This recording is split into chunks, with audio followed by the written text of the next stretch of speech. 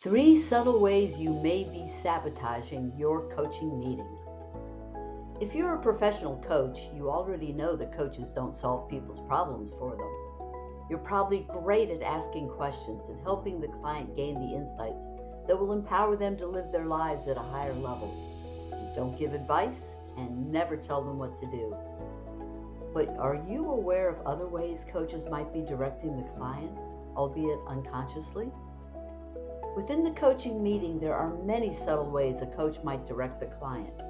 Most of these stem from the coach's desire to help the client.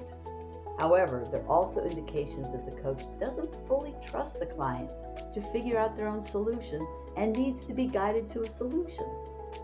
See if you can notice how the coach might be imposing their own agenda, in other words, the saving hero, onto the client in these 3 common directive modes. First, directing the conversation. Anytime the coach asks a question that changes the direction of the conversation without permission of the client, they are being directive. For example, the client is talking about an insight they just had, and when they stop speaking, the coach asks them a question that's been in their head for a while that may have nothing to do with the client's insights. The coach just truncated the learning of the client.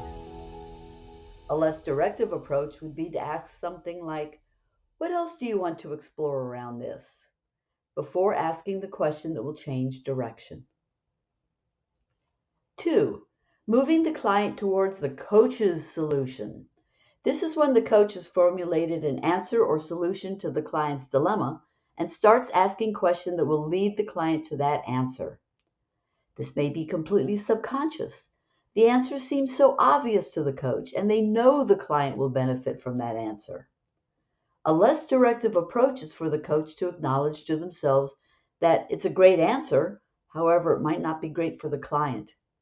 Turn that knowing into curiosity about what the client's best answer might be. The third is an implicit bias. The coach has an unconscious bias that filters what they're hearing from the client.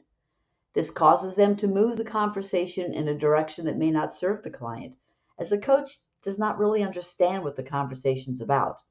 For example, the coach may have an implicit bias for healthy and athletic living, and their client wants to be coached on being happy with their body image.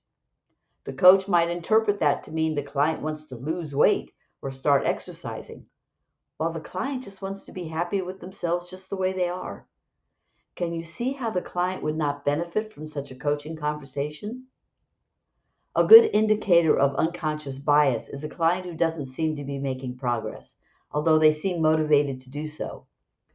In this case, the coach needs to reflect on their own biases to uncover what might cause them to misinterpret the client and work towards letting go of such biases. So, where might you be directing your clients? Bring your awareness to how you are in your next coaching meeting to find out.